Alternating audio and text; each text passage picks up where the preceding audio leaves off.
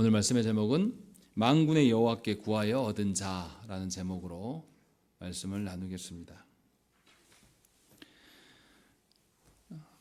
우리는 이제 사무엘 상하를 볼 겁니다. 사무엘 상하는 원래 한 권으로 된 책이었습니다. 사실 11기 상하와 합쳐져서 11기까지가 사실은 한 권이죠.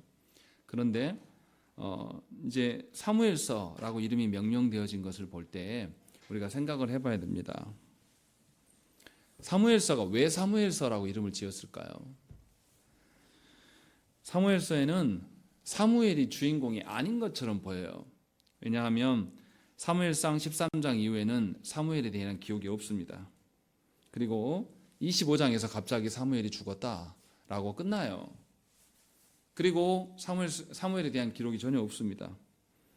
그런데도 이상하게 사무엘상과 사무엘하를 언급하고 있다는 것이죠. 이것을 우리가 잘 알아야 됩니다.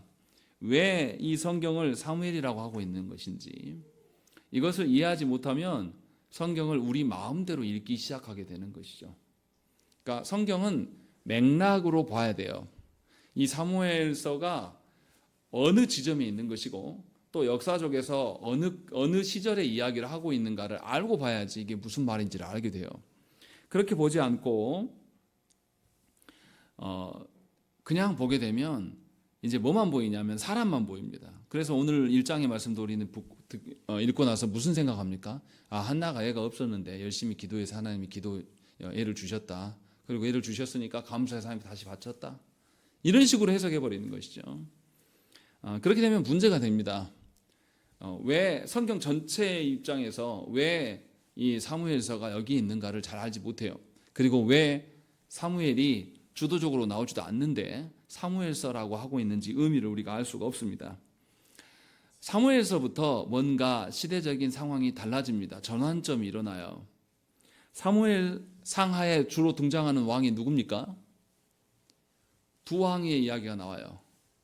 이스라엘의 초대 왕이었던 사울과 그리고 두 번째 왕이었던 다윗 왕에 대한 기록이 나와 있어요. 그런데 우리가 뭐 잘 알겠지만 이 사울 왕과 다윗 왕은 완전히 비교되는 인물입니다. 사울 왕은 처음부터 화려하게 등장합니다. 그런데 마지막은 좋지 않아서 하나님께 버림받는 구조로 끝나요. 그런데 다윗은 어떻습니까? 하나님께 기름 부음을 받았으나 아주 오랫동안 인내하면서 기다려요. 왕이 되지 못합니다. 그리고 나중에 왕이 되고 그 힘겨운 고난의 과정 속에서 왕이 된 다음에 다윗으로 말미암아서 이스라엘이 가장 번성기를 누리고 하나님의 다스리심이 확실히 드러나는 왕입니다. 그래서 다윗은 자기가 왕 위에 올랐어도 분명히 자신이 왕인 척하지 않고 하나님이 왕 되심을 드러내는 왕이에요. 그래서 두 왕을 대조해서 보여주고 있는 것입니다. 그래서 사무엘서에서 말하고 있는 하나님이 말씀하시는 왕이 무엇인가를 우리에게 알려줘요. 그런데 이 왕의 시작은 누구에게 있는 거냐면 사무엘에게서부터 시작됩니다. 사무엘이 선지자적인 역할, 제사장적인 역할을 하고 있는데, 그래서 왕을 세워가는데, 그래서 사무엘로부터 분명하게 어떤 시대적인 전환이 있다라는 것을 말하는 것이죠. 사도행전에도 이 언급이 나옵니다. 사도행전 3장 24절 말씀에 또한 사무엘부터 이어 말한 모든 선지자도 이때를 가리켜 말하였느니라라는 것입니다. 선지자가 등장해서 뭔가 하나님의 뜻을 전하고 선지자가 전한 하나님의 뜻대로 되어져 가는 것이 역사 가운데 등장한 것이 누구 때부터냐? 사무엘 때부터다라고 분명하게 언급을 합니다. 그러면 사무엘서 앞의 사건은 뭡니까? 성경을 순서를 봐보세요. 사무엘서 앞 시대는 뭐죠? 사사기입니다. 우리가 수요기도 때 사사기를 설교를 다 했었어요. 들으신 분들도 있고 그렇지 않은 분들도 있겠지만 사사기에 등장하는 이스라엘이 반복되는 것이 무엇입니까?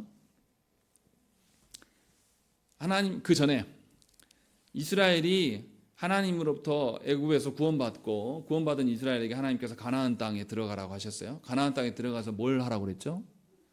하나님이 다스리시는 하나님 나라를 세우라고 말씀하셨어요. 그런데 이스라엘 백성들이 믿음으로 이방 민족을 쫓아냅니까? 그러지 않아요. 그냥 이방 민족들과 함께 어울려 살면서 이방화 돼버립니다.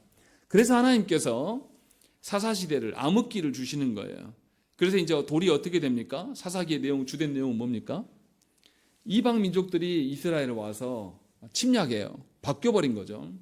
그리고 침략하여서 고통 중에 있을 때에 하나님께 간구해요. 이스라엘이 살려달라고. 그때마다 하나님이 사사를 세우셔요. 그리고 하나님이 구원하시면 이스라엘이 그 다음 뭐 합니까? 구원하면 하나님 더욱더 충성하여서 하나님께 의존하면서 합니까? 구원하면 또 바로 이방화 돼버리는 거죠. 이 반복을 계속하는 거예요. 그래서 사사기에서 반복되는 말이 있죠. 무슨 말입니까? 그때에 뭐가 없어서 자기의 소견대로 행했다. 뭐라 그러죠? 왕이 없었기 때문에 자기의 소견대로 행하고 있다라는 것. 왕의 필요성에 대해서 계속 이야기를 하고 있는 거예요. 사실 근데 이스라엘의 왕은 누굽니까? 하나님이세요. 그런데 이스라엘이 하나님을 왕으로 여기지 않아요. 그냥 자기 생각대로 산다는 것이죠. 그런데 사사기에서 계속 보여주는 것은 왕이 필요하다는 것을 보여주고 이제 그 왕이 어떤 왕이어야 되냐라는 것을 보여주는 것이 사무엘서의 주제예요. 그런데 이 왕은 세상 왕과 다르다. 어떤 왕이어야 되냐면 하나님으로부터 점검받아야 될 왕이에요. 그래서 왕이 그냥 세워주는 게 아니라 누구를 통하여서 선지자인 사무엘을 통하여서 하나님께서 왕을 세워나가게 하신단 말이에요. 에레미야 15장 1절 말씀에서 여호와께서 내게 이르시되 모세와 사무엘이 내 앞에 섰다 할지라도 내 마음은 이 백성을 향할 수 없나니 그들을 내 앞에서 쫓아내보내리라. 무슨 말씀하시냐면 하나님께서 이스라엘에게 전환점을 주셨어요. 전환점을 주실 대표적인 인물이 누굽니까? 모세예요. 그 전에는 아브라함이 있었고 모세가 있었어요. 그리고 에레미야에서 이야기하는 것, 그 다음에 전환점을 주시는 사람이 누구라고요? 사무엘로 이야기를 하고 있다는 것이죠. 그러니까 사무엘이 어떤 하나님으로부터의 직분을 수행하였는데 그 직분의 수행함이 이스라엘의 그 다음 역사의 토대가 된다라고 말하고 있는 거예요. 사무엘의 역할은 뭐냐면 선지자적인 역할을 하고 있는 거예요. 그래서 이스라엘의 왕은 세상 왕은 닮으면 안 돼요. 이스라엘에게 있어야 될 왕은 하나님을 왕으로 여길 줄 아는, 하나님만이 왕이심을 드러내는 그러한 왕, 그래서 하나님의 말씀으로 검토돼야 되고 점검받아야 될 왕으로서가 이스라엘의 왕이다라고 말하고 있는 거예요. 그래서 이 왕을 그냥 왕으로 바로 세우는 게 아니라 누구를 통하여서? 선지자인 사무엘을 통하여서 왕을 세워나간다. 그런 의미로 말하기 때문에 사무엘 상하의 주제가, 이름이 사무엘로 명명되어 있는 것입니다. 그것을 알고 봐야 돼요. 그렇지 않으면 사무엘서가 이상한 성경이 되어버리는 겁니다. 그냥 자기 보고 싶은 대로, 얘기 못나는 여자는 하나님께 기도하면 하나님이 아들 주신다, 이렇게 막 이상하게 해석하기 시작한다는, 그런 이야기를 하고 있는 게 아니에요. 분명하게 성경의 맥락상 사사기의 그 암흑시대 가운데서 이스라엘의 왕이 없었더니 그들이 자기의 소견에 옳은 대로 살았다. 이 말의 의미는 뭐냐면 이들이 왕의 명령과 왕의 다스림 가운데 살아가야 될 자들인데 이들이 왕의 다스림을 부정하고 사는 자들이다라는 것이죠. 그래서 이들에게 왕이 필요하다라는 것. 그러면 이들에게 어떤 왕이 필요한가라는 것의 샘플을 보여주는 것이 두 왕이에요. 사울과 다윗의 모습인 것이죠. 그런데 사울은 실패한 왕으로서의 모델이 되는 것이고 다윗은 하나님 앞에서 정말로 성공한 모델로서의 왕으로 하나님 세우셔요. 그런데 이 두 왕을 다 누구 손에 거치게 합니까? 사무엘을 통하여서 분명하게 하나님의 말씀에 근거하여서 세우는 것을 우리에게 보여준다는 것입니다. 그래서 사무엘서의 주제는 뭐냐면 이스라엘에게, 언약 백성에게 필요한 왕이 도대체 무엇인가, 어떤 왕인가를 우리에게 알려주고 있어요. 그래서 사무엘상 1장과 마지막은 비슷하게 닮아 있습니다. 비슷한 이야기를 하고 있어요. 그래서 우리가 오늘 1장을 봐야 되는데 1장이 굉장히 중요합니다. 사무엘 상하의 전체적인 방향이, 주제의 방향성이 어디로 가고 있는가를 우리에게 알려주는 말씀이에요. 그러면 그 주제를 살펴보십시다. 먼저 1절을 보시면 뭐라고 되어 있냐면 에브라임 산지 라마다임 소빔에 에브라임 사람 엘가나가 있다라고 이야기를 해요. 분명하게 사무엘의 첫 시작을 사무엘의 출생에서부터 이제 시작을 하는데 출생에 앞서서 사무엘의 가문이 어떤 가문인가를 먼저 알려줍니다. 그런데 에브라임 사람이라고 되어 있어요. 그런데 이상합니다. 역대상 6장을 보면 사무엘의 가문이 에브라임 지파가 아니에요. 레위 지파에 나옵니다. 한번 찾아볼까요? 역대상 6장 말씀 보십시다. 역대상 6장 말씀을 보시면 레위 지파의 족보가 나와요. 6장 구약성경 617페이지에 있습니다. 역대상 6장 16절부터 보시면 뭐라고 되어 있냐면 레위의 아들들은 게르손과 그핫과 무랄이며 라고 이야기돼요. 그러다가 쭉 나와요. 쭉 나가다가 뭐 하냐면 27절과 28절 보세요. 그의 아들은 엘리압이요 그의 아들은 여로함이요 그의 아들은 엘가나라 라고 되어 있습니다. 그리고 엘가나의 아들이 누구라고요? 28절에 사무엘의 아들들은 맏아들 요엘이요 다음은 아비아라라고 된 것이죠. 27절과 28절에 분명하게 엘가나와 사무엘이 나와요. 그래서 사무엘의 집안이 레위 지파임을 분명하게 밝히고 있어요. 그것도 레위 지파 중에서 세 자손 게르손과 무라리와 그핫 그 지파 중에서 그핫 족 속에 속한다라는 것을 분명하게 역대상에서 보여줍니다. 그럼 누구 말이 맞습니까? 여기서 생각을 해봐야 돼요. 왜 역대상 6장에서는 레위 지파라고 말하고 있는데 왜 사무엘상 1장에서는 에브라임 사람이라고 말하냐라는 것이죠. 여호수아 21장 5절 말씀 보시면 그앗 자손들 중에 남은 자는 에브라임 지파의 가족과 단 지파와 므낫세 반 지파 중에서 제분 뽑은 대로 열성음을 받았으며 라고 되어 있어요. 레위 지파가 어떻게 했습니까? 땅을 분배 받았습니까? 못 받았습니까? 못 받았어요. 레위 지파는 어떻게 살았죠? 하나님께서 각 지파대로 퍼져서 그 지파에서 허락하신 성읍들 가운데 그들이 퍼져 살면서 하나님의 말씀을 가르치게 했어요. 그런데 여호수아에서는 무슨 얘기가 아니면 그핫 자손들이 에브라임 지파 가운데 살게 하셨다라고 되어 있어요.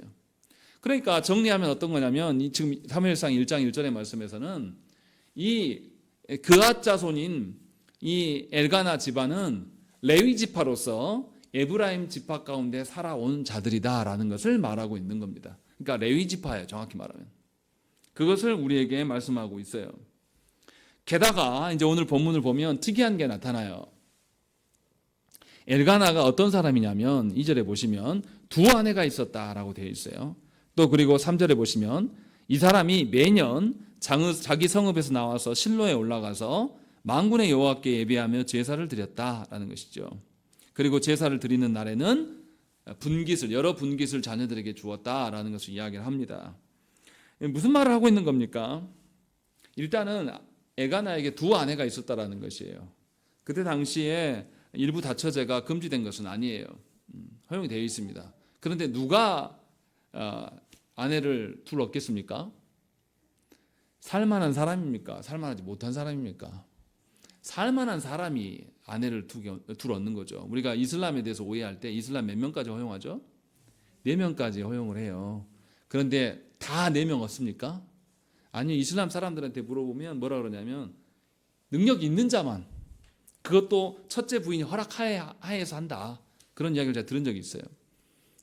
그러니까 아무나 다 이렇게 얻는 게 아니에요. 그러니까 이 지금 엘가나가 굉장히 일단은 레위 지파라는 점에서 뼈대 있는 집안이에요. 그것을 알 수 있고 또 경제적으로도 굉장히 부유한데 그 사람이 해년마다 매년 하나님께 올라와서 예배하며 제사하는 자다라는 것을 온 가족을 이끌고 와서 예배하며 제사하는 것을 볼 수가 있어요. 그러니까 엘가나는 사회적으로 경제적으로도 굉장히 유력한 집안의 사람임이 분명해요. 그리고 또 신앙적으로도 종교적으로도 굉장히 유력한 집안의 가문이다라는 것을 우리는 알 수가 있습니다. 그런데 오늘 본문에 또 어떤 집안이 나옵니까? 의도적으로 이 사무엘서 저자는 기록을 하고 있어요. 뭐라고 합니까? 3절 말씀 한번 읽어보시겠습니다. 읽겠습니다. 시작.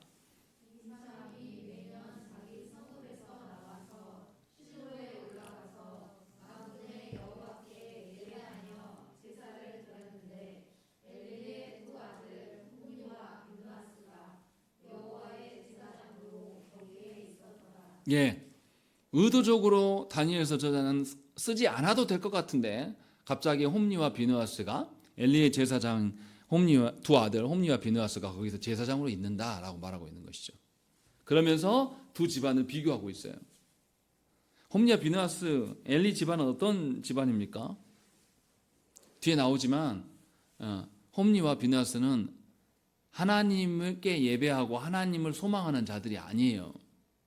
이들은 그냥 경제적인 부유함을 추구하는 자이고 성적인 욕망을 채우는 자들이에요. 그래서 예배하러 나온 사람들의 것들을 빼앗고 거기에 나온 처녀들을 이렇게 농락하고 이런 일들을 하는 자들이에요. 그래서 분명하게 제사장임에도 불구하고 엘가나 집안은 제사장으로서의 역할은 하고 있지 않아요. 분명히 다르지만 두 집안을 비교하고 있어요. 보여주고 있는 겁니다.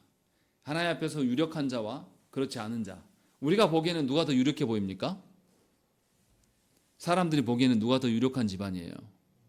엘리 제사장 집안인 것이죠. 그러나 하나님 보시기엔 다르다라는 겁니다. 분명하게 직분이 있어서 자신이 직분의 어떠함으로 선다고 해서 그 직분이 그 사람을 보호하지 않아요. 분명하게 하나님 앞에 선자, 유복하지만 본인이 충분히 부유함을 누릴 수 있지만 그 부유함을 가서 세상으로 나가지 않고 하나님 앞에 서 있는 것을 우리가 볼 수가 있어요. 그런데 이 집안에 문제가 있다라는 것이에요. 어떤 문제냐면 2절에서 이야기를 합니다. 한나에게 뭐가 없다고요? 자식이 없다라고 이야기를 하고 있습니다. 그리고 자녀가 없는 것 때문에 한나가 불행해요. 왜요? 분인나가 계속해서 이 한나를 괴롭힙니다. 계속 무시해요. 근데 어느 정도로 무시하냐면 6절에 나와 있는 거 보세요. 6절에 보시면 여호와께서 그에게 임신하지 못하게 하심으로 그의 적수인 분인나가 그를 심히 격분하여 괴롭게 하더라라고 되어 있습니다. 이 분인나가 한나를 의도적으로 괴롭힌 거예요. 그를 심히 격분하게 하여서 괴롭혔다라는 것입니다. 그냥 한 게 아니라 의도적으로. 왜 그랬을까요? 그 당시에 여인의 그 정체성은 뭡니까? 이스라엘에서 여인의 가장 큰 의무는 뭡니까? 후사를 낳아야 돼요. 후사를 낳음으로 인하여서 하나님의 언약, 이 후대에 하나님의 허락하신 구원자가 오신다라는 것을 기대할 수가 있는 구조예요. 그렇기 때문에 자녀가 없는 것은 그냥 자녀가 없는 그 슬픔만을 말하는 것이 아니라 그 여인이 집안에서 여인으로서의 정체성을 가질 수가 없다라는 것이고, 집안에서 자신이 집안의 권위나 경제적인 면에서도 모든 면에서 그 사람이 뒤처지는 여자임을 확인시켜 주는 것이에요. 그런데 더 큰 문제는 뭡니까? 이 분인나가 그래서 한나를 멸시하는 거예요. 왜냐하면 자기의 자녀들이 이제 이 집안을 이어갈 거라는 걸 알기 때문에. 그런데 더 큰 문제는 뭐냐면 분인나가 언제 때마다 괴롭힌다고요. 7절에 보시면 매년 한나가 여호와의 집에 올라갈 때마다 남편이 그같이 하매 분인나가 그를 격분시켰다라는 것입니다. 하나님께 예배하러 나갈 때마다 분인나가 한나를 더욱 괴롭히는 거예요. 그러니까 분인나가 어떤 사람입니까? 지금 분인나가 한나에 뭘 괴롭히고 있는 거예요? 그냥 자녀 없음을 지금 노리고 있습니까? 아니라니까요. 지금 분인나는 하나님께 나아갈 때마다 한나가 자녀가 없음을 확인해요. 왜 이걸 확인시킵니까? 사람들 앞에서 뭐 하는 거예요? 이 한나 저 여자 하나님께 뒤지게 기도해도 자녀가 있다 없다? 없다. 뭔 말하는 거예요? 자녀가 없는 것을 강조하려고 하는 겁니까? 저 여자 하나님으로부터 버림받은 여자야. 요거를 확인하고 시키고 있는 거예요. 이것이 한나에게 제일 큰 문제입니다. 우리는 자녀가 없는 걸로 자꾸만 봐요. 성경 보면서. 한나가 자녀가 없으니까 외로웠고 슬퍼했을 것이다 라는 그거 말하고 있지 않다니까요. 다니엘서에서 지금 말하고 있는 것은 뭐냐면 분인나가 하나님께 나아갈 때마다 그 한나를 격분시켰어요. 그래서 저 여자는 하나님께 버림받은 여자야. 그래서 자녀가 없는 거야 라고 말하면서 분명하게 하나님과의 관계까지도 의심하고 그것으로 인하여서 한나의 믿음을 송두리째 흔들고 있는 거예요. 누가요? 분인나가 그러고 있는 겁니다. 해년마다 그런다는 거예요. 그러니까 한나는 절기가 올 때마다 하나님을 기쁜 마음으로 이렇게 나아가야 되는데 기뻐할 수가 없어요. 왜냐하면 분인나가 그때마다 격분시키니까. 그러니까 한나에게 지금 문제는 뭐냐면 자녀가 없는 것 때문에 그런 게 아니라 하나님 앞에서도 자기의 믿음이 흔들릴 수밖에 없는 구조에 놓여 있는 것이, 이것이 한나에게 가장 큰 문제입니다. 하나님과의 관계까지도 지금 의심받고 비난받고 있는 형국이에요. 그래서 한나에게는 하나님께 피해야 되는데 피난처가 없어요. 사람들이 그것을 무시하고 있는 겁니다. 얼마나 괴로웠겠습니까? 자신의 유일한 피난처가 하나님이셔야 되는데 하나님이 되시는 것까지도 분인나가 막고 있는 거예요. 그런데 분인나는 하나님께 예배함에 나아가 있어서 다른 사람을 실족해 하는 자예요. 그런데 한나는 어떻게 합니까? 한나는 그렇게 하지 않아요. 9절에 보세요. 그들이 실로에서 먹고 마신 후에 한나가 일어났다라고 되어 있습니다. 한나가 얼마나 괴로웠겠습니까? 한나가 그곳에서 함께 먹고 마실 때 자녀들이 다 먹고 마셔요. 뭘 먹고 마시겠습니까? 하나님께 번제를 드린, 하나님께 화목제를 드린 것에 대해서 같이 나누는. 그러니까 제사를 드린 후에 함께 식사를 나누는 것은 하나님과의 언약 관계를 확인하는 아주 기쁜 일이에요. 중요한 일이에요. 그런데 한나가 7절에 보시면 분인나가 그때마다 격분시키므로 그가 울고 먹지 아니하니 라고 되어 있어요. 그래서 울고 먹지 않고 있음에도 불구하고 그 화목제를 먹고 마시는 그 자리를 떠난다고요? 안 떠난다고요? 떠나지 않고 있어요. 하나님을 붙들고 있다는 겁니까? 붙들지 않고 있다는 겁니까? 여전히 자기가 기분이 나쁘고 괴로워도 자신의 형편이 사람들로부터 의심을 받아도 그녀는 그 자리에 서 있는 거예요. 그리고 식사가 다 먹고 마신 후에라야 한나가 일어나서 제사장 엘리에게 나아갔어요. 그리고 거기서 하나님께 기도하였음을 우리는 알 수가 있는 겁니다. 그래서 한나가 지금 고통당하는 것은 뭡니까? 하나님이 너를 버렸다라는 그 고통 가운데 있는 것이지 아들이 없다라는 고통 가운데 있는 것이 절대 아니에요. 시편에 그런 말씀 있지 않습니까?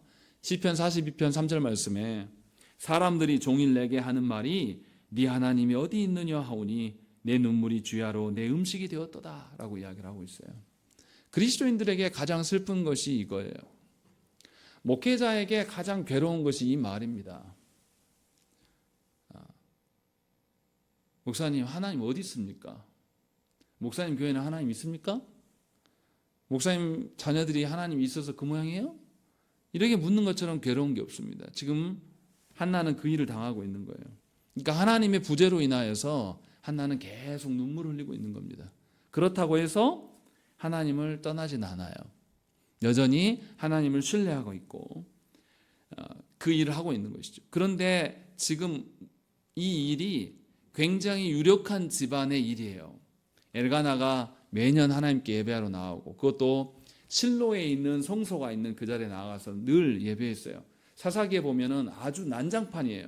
하나님께 예배한 개념도 없고 자기들이 막 산당을 짓고 레이지파 아닌 청년에게 너 우리 집안의 제사장이 되라 하면서 지네들 마음대로 사는 그 시대를 지나왔단 말이에요. 그런데도 이 사람이 이것을 지켜내고 있어요.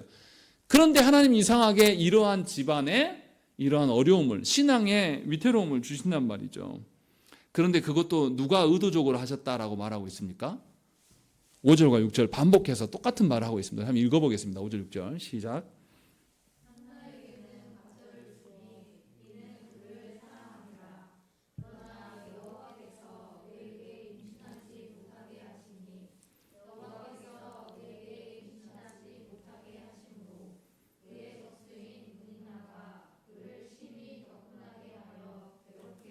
예, 5절 6절에서 반복되는 이야기가 뭡니까? 예, 하나님께서 임신하지 못하게 하셨다라는 거죠. 이런 경우가 어디 있습니까? 엘가나의 집안은 하나님 앞에 정말로 믿음이 좋은 집안이에요. 누구도 그렇게 안 하는 시절에 하나님께 나와서 늘 예배하고 제사하는 집안이란 말이에요. 그것도 한나가 그 집안의 본부인이라고 할 수 있는 한나가 이 일을 겪고 있는 거예요. 하나님이 의도적으로 자녀를 주지 않는다는 거죠. 이걸 우리가 어떻게 봐야 됩니까? 왜 하나님은 한나를 이렇게 괴롭게 하실까요? 우리는 이 부분을 잘 알아들어야 돼요. 시편 66편 10절부터 12절 말씀 보시면 하나님이여 주께서 우리를 시험하시되 우리를 단련하시기를 은을 단련함 같이 하셨으며 우리를 끌어 그물에 걸리게 하시며 어려운 짐을 우리 허리에 메어 두셨으며 사람들이 우리 머리를 타고 가게 하셨나이다. 우리가 불과 물을 통과하였더니 주께서 우리를 끌어내사 풍부한 곳에 들이셨나이다. 이렇게 고백을 합니다. 하나님은 당신의 자녀들에게 그냥 풍부한 곳으로 바로 인도하신다고 말하지 않아요. 계속되는 고난과 핍박 가운데 오랫동안 두신 후에 은으로 우리를 단련함같이 불구덩이 같은 곳에 넣어두시고 그물에 걸려서 우리가 어려운 짐을 지게 하시고 또 사람들이 우리 머리를 타고 가는 거, 우리 얼마나 짓밟고 걸어가는 거죠. 이것을 경험하신 이후에라야 풍성함을, 풍부한 것을 허락하신다라고 말씀하고 있는 거예요. 또 다른 욥기에서도 그 말씀이 나와요. 하나님께서 나를 단련하여서 정금같이 하나님께 나오게 하신다라는 말씀이 나타나요. 그저 하나님의 복을 바로 주시는 것이 아니라 연단을 통하여서 불행과 고통의 용광로 같은 곳에 우리를 집어넣으셔서 연단하게 하신단 말이에요. 그렇게 그 연단의 과정을 거친 사람에게 풍성함은 도대체 뭘까요? 드디어 그 연단을 거친 사람만이 하나님 말씀하시는 풍성함, 풍부함을 알게 되는 것이죠. 그러한 과정 없이 계속 풍부한 것으로 주면요, 사람 어떻게 될까요? 교만해지고 자기밖에 모르는 인간이 됩니다. 자녀를 키워보니까 그러더라고요. 자녀들에게 좋은 것, 귀한 거 먹이고 싶죠. 모든 부모는 그런 마음을 갖지 않습니까? 그런데 이 자녀들에게 아무 수고 없이 계속 공급하면요, 당연한 것으로 이야기합니다. 어느샌가는 엄마를 계속 협박하는 지경에 이르러요. 어리석은 부모는 그렇게 주지 않습니다. 귀한 것이 무엇인가를 알고 기다리면서 그가 귀한 것을 분별할 수 있을 때 공급하는 것이 참된 부모의 모습이에요. 그런데 안타깝게도 우리 시대의 부모들은 그렇지 않아요. 제가 보면 기가 막혀요. 저는 이해가 되지 않습니다. 아이들이 부족한 것이 무엇인지를 아예 모릅니다. 배고파 본 적도 없고요. 뭐가 필요한 것도 그냥 부모가 미리 알고 미리미리 사다 놔요. 그게 사랑인 줄 알고.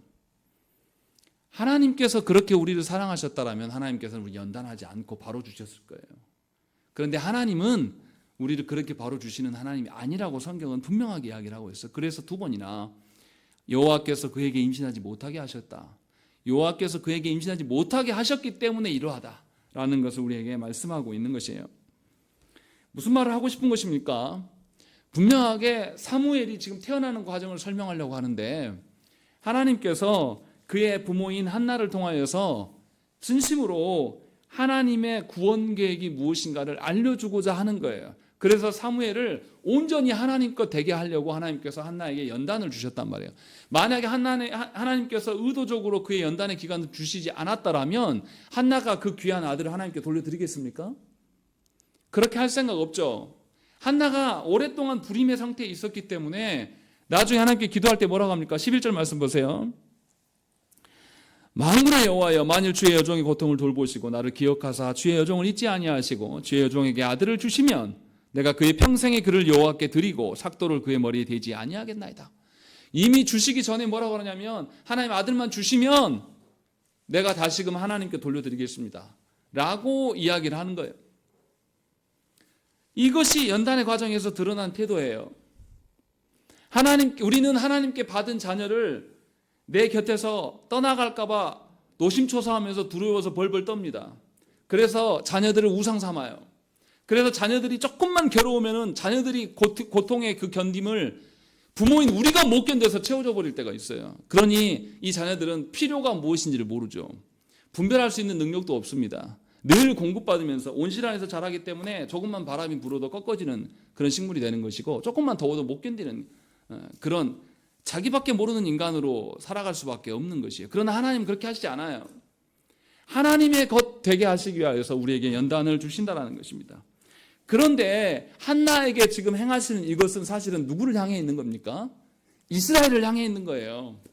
한나 개인의 문제를 지금 말하려고 하는 것이 아닙니다. 이스라엘 전체 역사와 같은 상황이에요. 한나가 낳을 아들 사무엘이 장차 이스라엘의 역사에서 대전환기를 가져올 것입니다. 사무엘이 그렇다라는 것이 아니라 하나님은 사무엘을 들어서 그렇게 사용하실 것이에요. 그래서 한나에게 불임의 기간을 오랫동안 주시고 그 가운데서 고통과 고난을 받으면서 하나님께 버림받은 자다라는 소리를 계속 들으면서 그가 하나님께 기도하게 만드시고 하나님께 소원할 수 있도록 하나님께서 만드셨어요. 이처럼 하나님은 당신의 사랑하는 자녀들에게 현재의 고통을 통해서 미래를 위한 시련으로 사용하시는 것을 분명히 우리가 알아야 된다는 것입니다. 그러니까 믿는 자에게 고난은 당연한 것이에요. 고난이 있어야지만 하나님 나라의 그 풍성함을 알게 됩니다. 고난과 고통이 있어야지만 이 땅에서의 경제나 이 땅에서의 어떤 사람들로부터의 명예나 이 땅에서의 어떤 사람들의 관계가 하등 쓸모가 없는 것임을 깨달아 알게 되는 거예요. 고난이 없으면요, 하나님의 것들을 바라보지 못하고 이 땅에 머물러 있을 수밖에 없어요. 하나님께서 이것을 위하여서 한나에게 고통을 주시고 한나가 당한 고통이 결국은 이스라엘의 변화를 일으키는 어떤 모토가 되는 것이죠. 이것을 지금 말씀하고 있는 것이죠. 그래서 한나가 7절에서 분명히 뭐라고 합니까? 그가 울고 먹지 아니하였다라는 것입니다. 식음을 전폐하였다라는 것입니다. 얼마나 괴롭겠습니까? 그리고 8절에서 남편이 어떠한 위로를 해도 한나가 그것으로 위로를 받습니까? 못 받습니까? 못 받아요. 왜 못 받습니까? 누가 주신 고통이니까. 하나님께서 주신 고통을 어떻게 한나 남편이 해결할 수 있습니까? 여러분들 잘 알아들으셔야 돼요. 여러분들 인생에서 해결되지 않은 문제가 있으면 하나님이 여러분들을 계속 부르시고 계시는 거예요. 왜 그 문제를 가지고 사람들 쫓아다닙니까? 왜 그 문제를 가서 인간 목사에게 가서 말하면 해결받습니까? 해결받지 못해요. 하나님께서 막으시는 일이 모든 신자에게 있다는 거예요. 그러면 그 일을 붙잡고 우리는 하나님께 다시금 나아가야 돼요. 한나가 참 좋은 태도는 뭐냐면 하나님께 나아가는 거예요. 하나님께서 일으키신 문제이니 하나님께 나아가야 됨을 이는 잘 알고 있었어요. 그런데 다니엘서의 저자는 아주 특이한 말을 하고 있습니다. 즉 무슨 말을 하고 있냐면 이상한 말을 끼워놓고 있어요. 3절의 말씀 보십시오. 3절의 말씀 보시면 그냥 여호와 하면 되는데 뭐라고 써 있습니까? 만군의 여호와라고 이야기를 해요. 또 11절에서 한나가 기도할 때도 하나님이여 여호와여 이렇게 하면 되는데 뭐라고 말합니까? 만군의 여호와여 라고 이렇게 말하고 있습니다. 이거 도대체 뭔 말을 하려고 하는 것인가 라는 것을 우리가 알아야 돼요. 지금 한나가 불임한 상태는 누구를 상징하는 거냐면 이스라엘의 영적인 상태를 지금 보여주고 있는 겁니다. 이스라엘이 영적인 상태가 도무지 이제는 새 생명을 잉태할 수 없는 상황이에요. 이스라엘이 하나님께 예배로 나아가는데 제사장 집안이 타락했어요. 엘리 제사장도 분별력이 없고요. 두 아들도 제사장의 직분을 감당할 만한 자들이 아니에요. 이렇게 심각한 상황에 놓여 있는 것이죠. 그러니까 이스라엘에게 미래와 소망이 있습니까? 없습니까? 없어요. 한나에게도 자녀가 없기 때문에 자신의 후사를 이어갈 사람이 없는 것이죠. 그러니까 한나는 이 집안에서 아무의 영역이 없어요. 그래서 자기가 본처임에도 후처에게 학대를 받고 있는 거죠. 이렇게 아무런 소망이 없는 하나님과의 바른 관계로 나아가려고 하는데 그것을 분인나가 짓밟으면서 쟤는 하나님께서 버린 사람이야 라고 지금 그 이야기를 하고 있는 것이죠. 하나님께서는 이스라엘 백성들을 아까도 말씀드렸지만 애굽에서 건져내시고 이스라엘을 통하여서 가나안 땅에 하나님 나라, 하나님이 다스리시는 나라, 이것을 뭐라 그러냐면 신정국가라고 해요. 신정국가를 세우시기를 원하셨어요. 그리고 그것을 명령했습니다. 그런데 이스라엘은 하나님의 명령에 순종하지 않았어요. 그리고 가나안 땅에서 이방 나라처럼 되고자 했습니다. 그래서 세속화돼 버린 것이죠. 결과적으로 어떻게 됩니까? 이스라엘은 하나님의 진노 가운데 머물면서 사사시대를 보냈습니다. 반복되는 이방인들의 침입이 있었고 그 침입 앞에서 하나님이 그때마다 사사를 세우셔서 그들을 구원하시지만 그들은 구원받음과 동시에 다시 하나님을 버립니다. 또다시 다른 민족의 이방의 고통을 당하고 이것을 계속 반복해요. 그러면서 사사기에서 그때 왕이 없었으니 그들이 그들의 소견에 옳은 대로 행한다라고 이야기를 하고 있는 겁니다. 무슨 말이냐면 왕이 필요하다고 계속 말하고 있는 겁니다. 그런데 오늘 본문에서는 그 왕이 누구라고 지금 밝히고 있는 것이죠? 여호와시다라는 것이죠. 그래서 만군의 여호와다라고 의도적으로 발표하고 있는 거예요. 만군의 여호와께서 이 모든 것을 운행하시고 다스리신다는 것을 우리에게 보여줍니다. 그래서 만군의 여호와라는 표현은 만군, 세상의 모든 영역을 통치하고 다스리시는 하나님의 왕적인 권세를 표현하는 단어예요. 그래서 고대 이스라엘은 어땠습니까? 하나님이 어디에 계시다라고 믿었습니까? 성전에만 계신다라고 믿었어요. 그래서 성전에서 피조세계를 다스리신다라고 생각을 했어요. 그런데 한나의 상태를 보세요. 이스라엘이 상징적으로 어떠한 상황, 소망 없는 상황이 있는 거예요. 왜냐하면 하나님께 예배함이 없기 때문에, 하나님께 나아감이 없기 때문에 이것을 보여주고 있는 것이죠. 그런데 하나님은 이 이스라엘을 구원하시기 위해서 누구를 사용하십니까? 엘가나의 집안을 들어서 하나님 사용하시기를 원하셔요. 비록 한나가 고통을 당하더라도 하나님께서는 그를 통하여서 사무엘을 세우시기를 원하시고 사무엘을 통하여서 이스라엘의 대전환기를 가져오시기를 원하신다는 것입니다. 그래서 의도적으로 만군의 여호와시다라는 것을 다니엘서에서 강조하고 있는 것입니다. 그래서 장차 팔레스타인 땅에 놀라운 변화가 있게 될 것이다. 그것은 하나님의 주권대로인 것이지 결코 사람 왕이 이뤄내는 것이 아니다라는 것을 1장에서부터 우리에게 보여줘요. 그래서 의도적으로 만군의 여호와다라는 것을 우리에게 말씀하고 있습니다. 그러니까 분명하게 우리가 알아야 돼요. 한나의 개인적인 삶같이 보이지만 한나의 개인적인 삶은 사실은 하나님의 손에 달려 있어요. 한나가 불임한 것도 누구의 계획입니까? 하나님의 계획이에요. 그리고 나중에 한나에게 아들을 주신 것도 누구의 계획입니까? 하나님의 계획이에요. 그 하나님을 알아보고 하나님을 만군의 여호와라고 지금 부르고 있다는 것을 알려주는 겁니다. 그러니까 불임한 것도 하나님이 하신 거고 그에게 아들을 주신 것도 하나님이에요. 다시 말하면 이걸 다른 말로 하면 높게도 하시고 낮게도 하시는, 낮추시기도 하고 높이게 하시는 하나님, 이것이 만군의 여호와의 개념이라는 것이죠. 그 이야기를 지금 우리에게 하고 있는 거예요. 그런데 하나님은 단지 한나의 개인적인 삶이 아니라 한나를 통해서 누구를 드러내려고 하는 것입니까? 이스라엘의 영적 상태와 이스라엘의 삶이 누구 손에 달려있다, 만군의 여호와의 손에 달려있음을 우리에게 지금 알려주고 있는 것이에요. 그래서 이 한나가 하나님을 향한 태도가 변함이 없어요. 분인나에게 공격을 받고도 아까 말씀드렸지만 분인나가 계속 자기를 괴롭혀요. 어디서 괴롭혀요? 성전에 나아갈 때마다, 성소에 나아갈 때마다 계속 괴롭힌단 말이에요. 그런데 한나는 성소에서 자기 역할을 해요. 9절에 보면 실로에서 먹고 마신 후에야 한나가 일어났다라고 이야기를 하고 있습니다. 분명히 자신의 슬픔으로 자리를 박차고 도망할 수도 있는데 자신의 슬픔 따위는 하나님을 만나는 것 앞에서는 아무것도 아니에요. 그래서 하나님과의 관계 속에는 변함없는 태도를 지키고 있음을 우리가 볼 수가 있는 것입니다. 그리고 10절에 뭐라고 합니까? 한나가 마음이 괴로워서 여호와께 기도하고 통곡하였다라는 것입니다.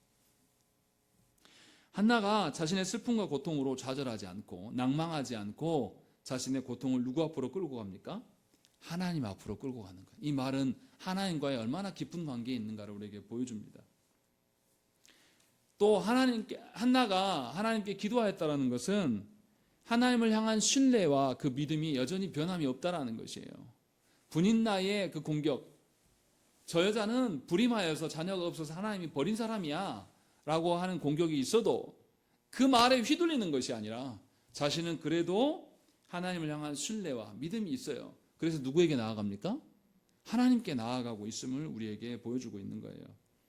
아이를 낳는 것은 누구의 소관입니까? 하나님의 주권이에요. 절대로 사람의 어떠함이 있지 않습니다. 그래서 한나는 하나님께 나아가는 겁니다. 이건 너무 당연한 거 아닙니까? 아이를 낳는 것만을 말하는 것일까요? 여러분들의 삶에 돌아가는 모든 판세는 누구에게 있어요? 하나님께 있는 거예요. 여러분들의 손에 있는 게 아니란 말이에요. 분인나가 말하는 것처럼 저 여자는 하나님께서 버렸다고 해서 하나님 버려집니까? 그렇게 되는 게 아니에요. 새벽마다 계속 시편 119편 읽어가면서 계속 말씀에 대한 이야기를 계속하고 있어요. 거기에서도 무슨 이야기를 합니까? 하나님이 나를 선대하심을 누가 한다고 이야기했어요? 하나님을 주인으로 여기는 사람, 하나님 앞에서 자기가 하나님의 종인 것을 아는 사람만 하나님이 말씀대로 되어지는 것을 선대하는 것으로 안다고 이야기했어요. 다시 말하면 이 땅에서 되어지는 모든 일이 우리의 주인이신 하나님의 손에 있음을 믿는 자만이 고통과 고난 속에서도 누구에게 돌아갑니까? 하나님께 돌아갈 수가 있는 거예요. 지금 그 이야기를 하고 있는 거예요. 고통을 주시는 분도 하나님이시고 거두시는 분도 하나님이시다 라는 것을 우리에게 알려주면서 그러니 누구에게 돌아가라? 하나님께 돌아갈 것을 우리에게 명하고 있는 겁니다. 왜냐하면 하나님은 창조주시고 섭리주세요. 그래서 우리의 육체적인 또 정신적인 그런 것뿐만 아니라 하나님은 죽은 자들도 살리시는 하나님이에요. 그래서 한나는 하나님만이 유일한 소망임을 지금 변함없이 지켜내고 있어요. 그래서 하나님께 나가서 기도합니다. 그리고 한나가 기도할 때 어떻게 기도합니까? 한나가 자신의 고통과 괴로움을 하나님께서 다루시는 분임을 그가 알고 있어요. 다시 말하면 하나님은 인격적인 분이세요. 마치 자신의 아버지처럼 괴롭고 힘들 때 정말로 세상에서 말할 수 없는 것이 있을 때 부모를 찾아가지 않습니까? 거기 나아가서 통곡해요. 왜냐하면 하나님께서 인격적인 하나님, 나를 들어주실 거거든. 내 처지와 상황을 너무나 잘 알고 있고 나를 잘 이해하실 거라고 믿기 때문에 하나님을 인격적인 하나님으로 믿어요. 그래서 하나님께 나아가는. 그러나 하나님을 인격적으로 믿지 않는 사람들은요, 자기의 소원만 빌려고 해요. 그래서 그런 사람들은 뭐냐면 자기 목적을 이루기 위해서 기도는 해요.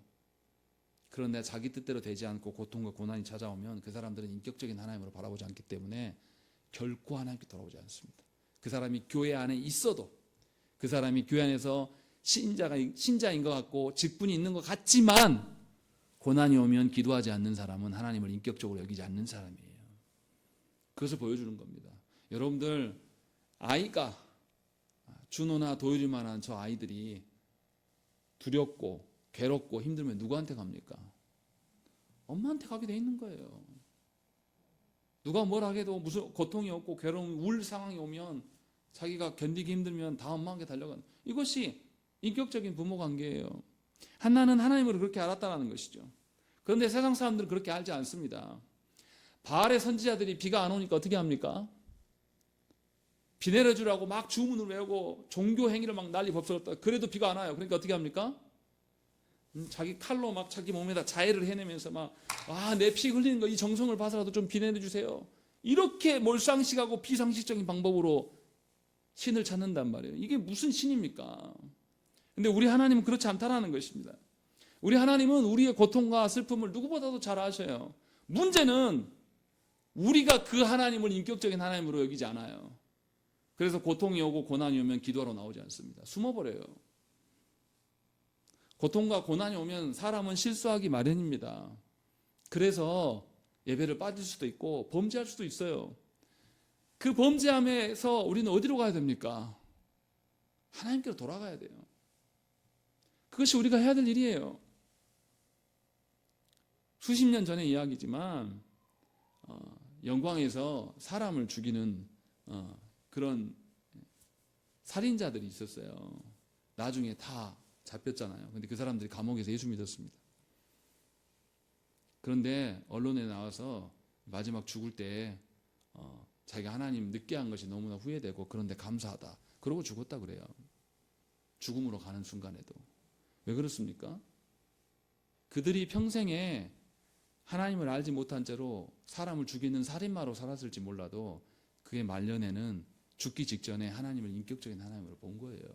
그래서 사형장에 끌려가면서 그렇게 고백했다고 그래요. 평생에 평범하고 소시민으로 아무런 문제 없이 그냥 보통의 사람을 살아도요, 고통이 있을 때마다 하나님을 떠나고 피하는 사람은 하나님을 전혀 알지 못하는 사람이에요. 그가 더 불쌍한 거예요. 그가 더 불행한 인생을 사는 겁니다. 살인자로 취급을 받고, 물론 살인한 것이 좋은 것이 아니에요. 그분들 하나님 응당 그에 합당한 사형을 시키셨죠. 그것이 좋다고 말하는 것이 아니라 인격적인 하나님을 아는 것이 너무나 중요하다는 거예요. 예수 믿기를 하나님의 인격성을 알고서 믿어야 된다는 거예요. 그렇지 않으면 우리는 고통당할 때 하나님을 반드시 떠납니다. 시련이 올 때 반드시 내 뜻대로 행동하게 되어 있어요. 그러나 한나는 그렇게 하지 않았습니다. 분명하게 자신의 고통을 누구보다도 하나님이 아실 거라고 믿었어요. 그래서 하나님께 나아가서 통곡하였다라고 되어 있어요. 하나님 앞에 우는 거예요. 그렇지 않습니까? 저도 자녀를 키워보니까 우리 규현이가 누군가한테, 형들한테 이렇게 맞고 오다 억울한 일 당하면 창피해서 울지 못하고 울음이 터질까 말까 하다가 딱 나타나서 아빠를 보고 제가 보자마자 무슨 일이야? 이 한마디만 해도 아이가 어떻습니까? 울음을 빵 터뜨리면서 우는 거예요. 멈출 줄 몰라요. 자기의 참아왔던 괴로움과 아픔과 그 억울함을 토해내면서 울어요. 그게 인격적인 부모와 자식의 관계예요. 하나님께서도 우리를 그렇게 보신다는 것이죠. 한나는 이것을 너무나 잘 알고 있습니다. 그래서 이것을 그렇게 고백하고 있어요. 또 11절에는 뭐라고 합니까? 나를 기억하사라고 되어 있습니다. 하나님께서 자신을 기억해 주시기를 원하는 거예요. 정말로 하나님과의 관계 속에서 호소하고 있는 것이죠. 하나님과의 관계가 무엇인지를 알고 있어요. 우리는 미련해서 하나님께 기도할 때 뭘 근거로 기도하려고 합니까? 나의 간절함이나 나의 억울함이나 나의 연민이나 이런 것을 나의 어떠함으로 하나님께 자꾸 나가려고 그래요. 그런데 한나는 그러고 있지 않아요. 하나님이 나를 기억하신다라는 것이죠. 하나님의 어떠함에 지금 서 있는 거예요. 하나님이 긍휼이 많으시기 때문에 나는 범법자가 되어도 하나님께 다시 돌아갈 수가 있는 거예요. 그런 하나님을 내가 믿기 때문에 하나님께 나아가서 통곡할 수 있는 겁니다. 정말로 한나는 하나님의 백성이고 하나님의 딸이었습니다. 이것을 지금 우리에게 보여주고 있어요. 그리고 한나는 뭐라고 합니까? 하나님께 소원해요. 아들을 주시면 주신 아들을 다시금 하나님께 돌려드리겠습니다 라는 것을 말하고 있습니다. 자신의 만족을 위하여서 자녀를 활용하지 않겠다라는 것이죠. 우리는 자녀를 보면서 뭐 합니까? 내 만족을 자녀에게 투영시키려고 하는 경우가 많아요. 그래서 자녀가 가져야 될 기회조차도 부모가 어떻게 합니까? 다 빼앗아 버려요. 그러나 한나는 그렇게 하지 않아요. 하나님이 주신 자녀니 하나님께 다시금 돌려드리겠다라고 이야기해요. 하나님께 받은 것을 다시금 하나님께 돌려드리는 걸 우리 뭐라고 합니까? 성령이라고 하는 것이죠. 이것이 한나의 자세예요. 그리고 한나가 또 기도만 그렇게 한 게 아니에요. 한나가 기도한 이후의 태도도 그렇습니다. 보세요. 12절에 그가 여호와 앞에 오래 기도하는 동안에 엘리가 그의 입을 주목한 적 되어 있습니다. 한나가 어떻게 한두 번 기도하고 만 게 아니에요. 계속 기도했다라는 것이죠. 그리고 놀라운 것은 뭐냐면 엘리가 한나에 대해서 오해하지 않습니까? 너 술 취했냐? 라고 이야기하는데 그때 한나가 어떻게 하죠? 15절에 뭐라고 말합니까? 내 주여 그렇지 아니하나이다 라는 것입니다. 놀라운 건 뭐냐면 형편없는 제사장이 그렇게 했는데 18절에 이르되 당신의 여종이 당신께 은혜 있기를 원하나이다 하고 가서 먹고 얼굴에 다시는 근심빛이 없다라는 것입니다. 한나가 엘리 제사장의 그 오해에도 불구하고 순종하고 그의 정서까지도 바꿉니다. 기쁨으로 바꿔버려요. 이것은 누구를 보고 행하는 것입니까? 하나님을 보고 행하는 것이지 절대로 사람 엘리를 보고서 행하는 것이 절대 아니에요. 근데 우리는 누구를 봅니까? 사람을 봐요. 목회자가 자기에게 실수하면 그것에 대해서 이를 갈아요. 그런데 오늘 본문을 보세요. 계속 사무엘서에서 무슨 이야기를 합니까? 왜 사무엘서의 이름이 사무엘서입니까? 하나님께서 누구를 세워서 사람을 세워서 그를 기름 부어 세워서 선지자로 만드시고 그 선지자를 통하여서 누구를 세워요? 사울 왕을 세운단 말이에요. 사울 왕이 하나님 보시기에 결과가 좋습니까? 안 좋습니까? 안 좋아요. 그런데 다윗이 어떻습니까? 그 사울 왕을 어떻게 합니까? 사울이 다윗을 죽이려고 쫓아다녀요. 동굴에서 2번이나 마주칩니다. 동굴에서 2번이나 다윗이 사울을 죽일 수 있는 기회가 생겼어요. 다윗이 어떻게 합니까? 손대지 않아요. 2번째 나올 때는 어떻게 해요? 옷자락을 잘라서 나와요. 그래서 맞은편에 서서 사울 왕이시여 당신 옷자락 여기 있습니다. 보여줘요. 그것도 나중에 후회합니다. 다윗이 왜 그렇게 합니까? 사울 그 사람이 직분자다워서 그렇게 합니까? 하나님이 기름 부어서 세웠기 때문이에요. 하나님이 기름 부어서 세웠다는 것은 하나님의 뜻대로 이루시겠다는 겁니다. 우리가 볼 때는 하나님이 세우면 무조건 잘해야 한다고 생각을 해요. 근데 하나님은 사울을 통해서 잘못된 왕의 샘플을 보이시기 위하여서 사울을 세우신 거예요. 그런데 우리는 우리 마음대로 판단하고 그렇게 생각하지 않는단 말이에요.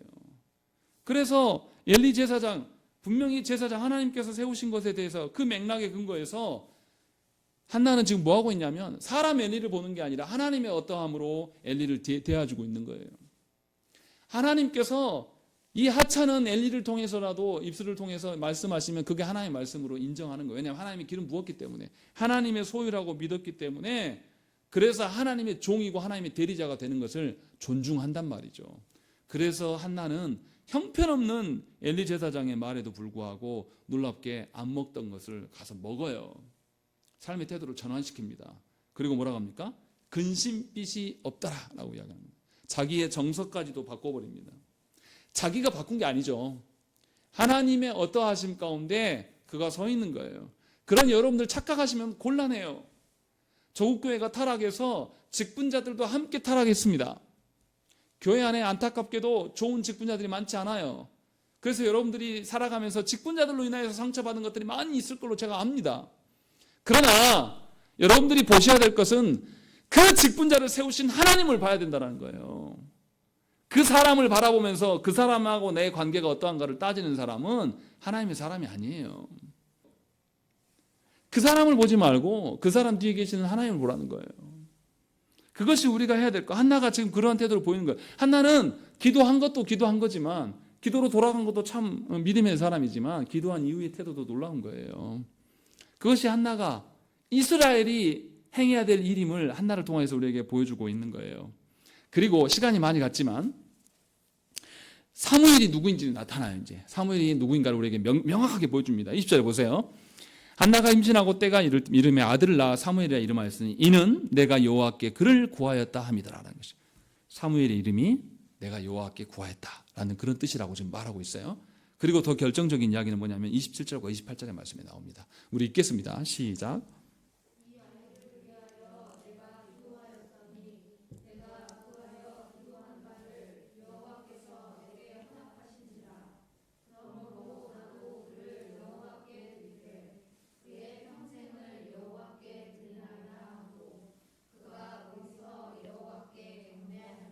예, 20절에서 사무엘의 이름의 뜻이 내가 여호와께 구하였다 라는 뜻이라고 말했어요.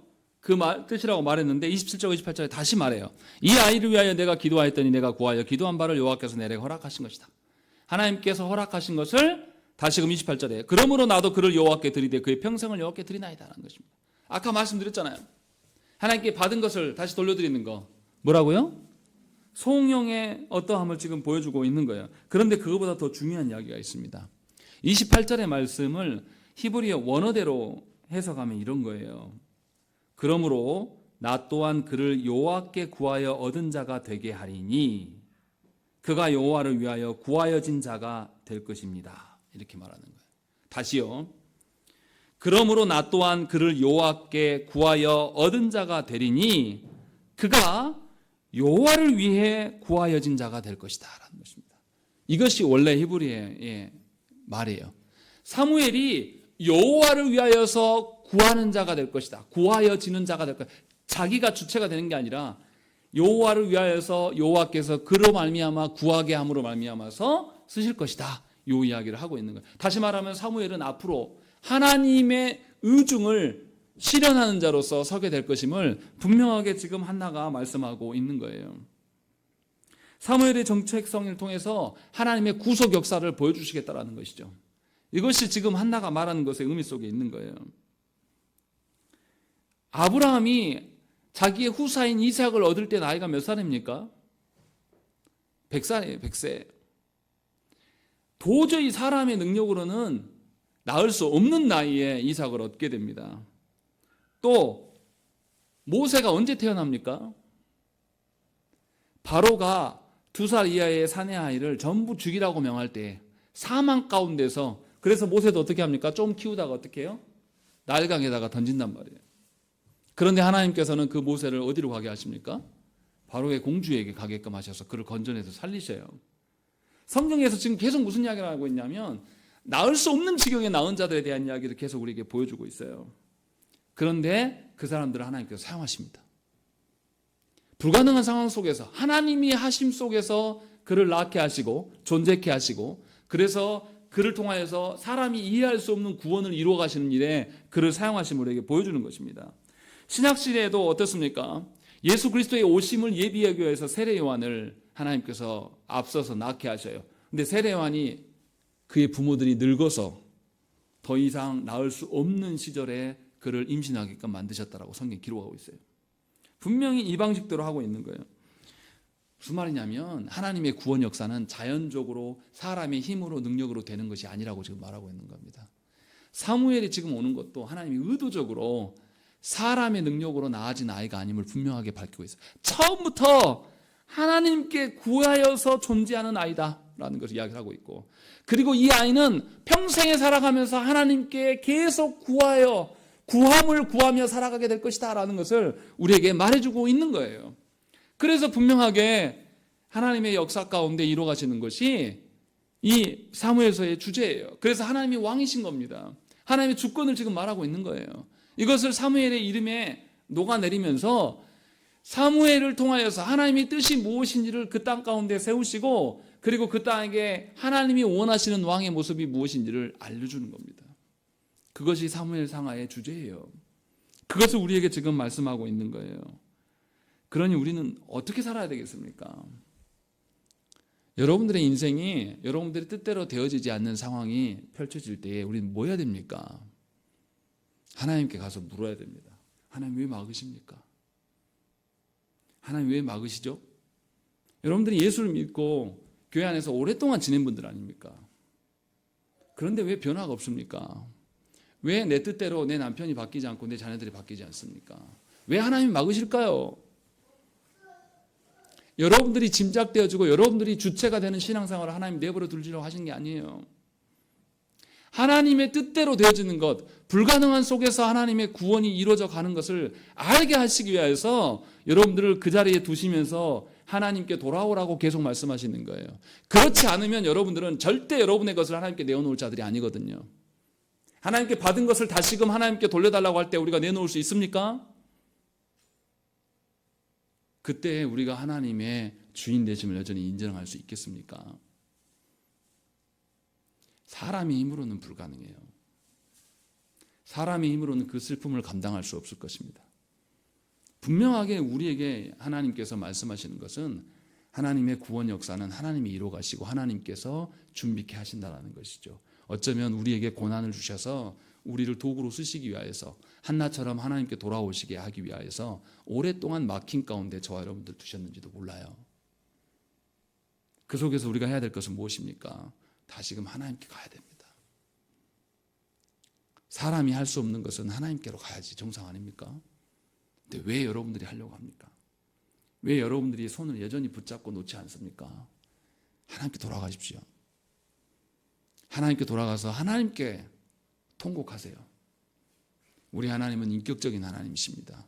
우리의 빌바를 다 아세요. 여러분의 하나님이 만군의 하나님 맞습니까?